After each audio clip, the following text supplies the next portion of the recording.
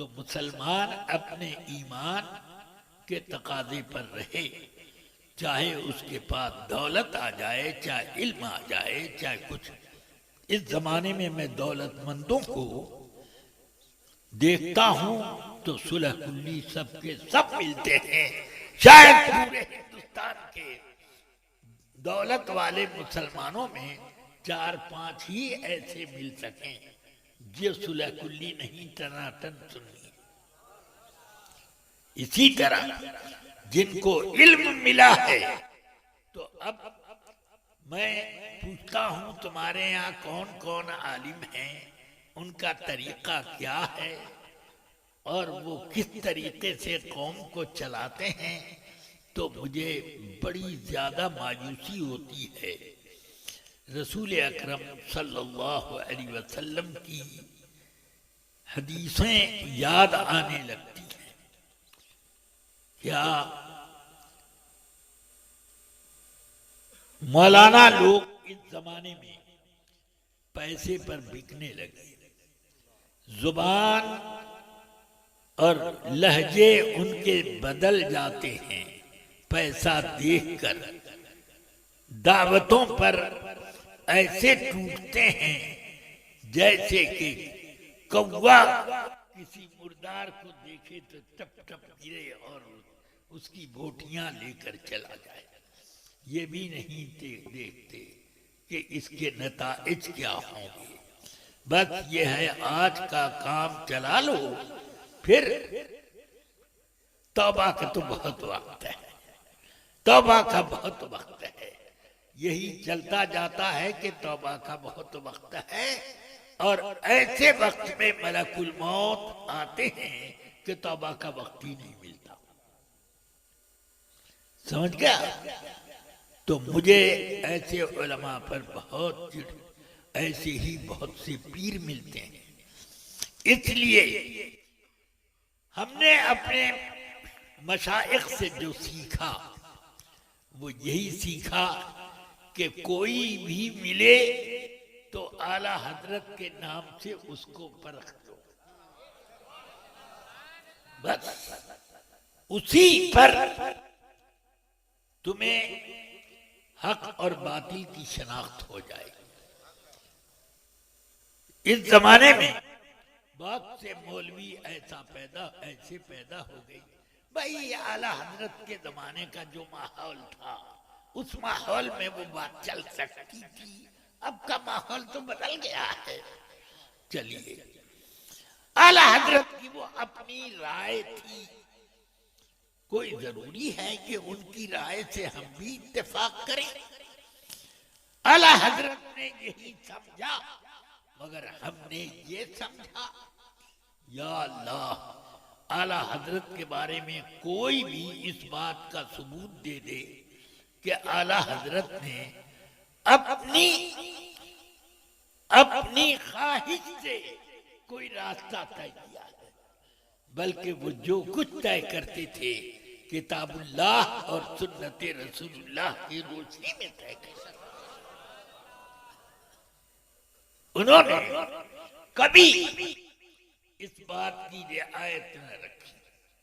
उनका ईमान इतना मजबूत था कि खुद वो फरमाते हैं कि मैं फला अरब के फला शेख की खिदमत में हर महीने में 51 रुपये भेजा करता था। एक मर्तबा ऐसा हुआ कि उस महीने में मेरे पास उतने पैसे थे ही नहीं। ये 51 रुपये आज के मत समझो, ये उस वक्त की बात है जब एक बोरा गेहूं वो 10 आने 12 आने में मिल जाता था। उस वक्त की बात है। तो अब जरा सोचो, मैंने खुद अपने बचपन में देखा कि मेरे वालिद माजिद ने गेचनी नाम की, यानी गेहूं और चना मिला करके एक साथ बोरे में बिकता था, उसको गेचनी कहते थे।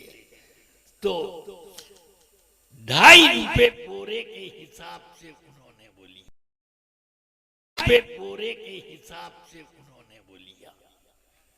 2.5 रुपए में 1 पाव भी मिले तो आज इस जमाने में पाव क्या 50 ग्राम मिले है? ये हाल उस जमाने में ये था। मैंने खुद अपने तौर पे हजरत सदुशरिया ने 3 बोरे खरीदे थे और वो 2.5 रुपए के हिसाब से 3 बोरा यानी 1 कुंटल का बोरा। ये तो आला हजरत के जमाने में है तो ये 50-51 रुपए उनको भेजना था वहां। फरमाते हैं वक्त आ गया भेजने का, मेरे पास पैसा नहीं, तो मैंने सरकार की तरफ लौ लगाई कि वो आपकी बारगाह में एक शेख हैं, अब वहां कैसे मैं उनका नजराना भेजूं। फरमाते हैं इतने में धोरा जी के एक मेहमान आए मेरे पास। उन्होंने साहिब सलाम किया, दस्तबोसी की और जाते वक्त उन्होंने मुझे 52 रुपए नजराने में दिए। जब मैंने गिना तो मैं सोचने लगा कि जरूरत तो 51 रुपए की थी, ये 52 क्यों उन्होंने नजराना दिया।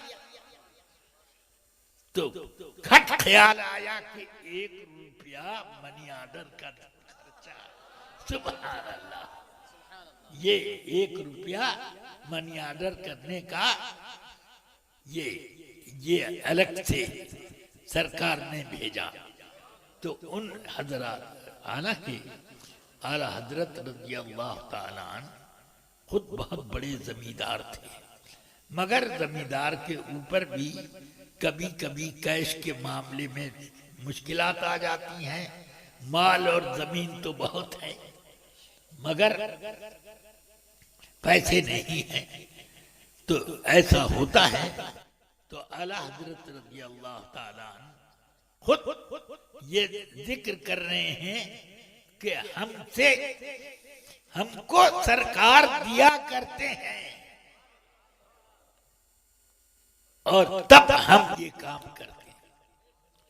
ये अपनी मिसाल उनकी नहीं है।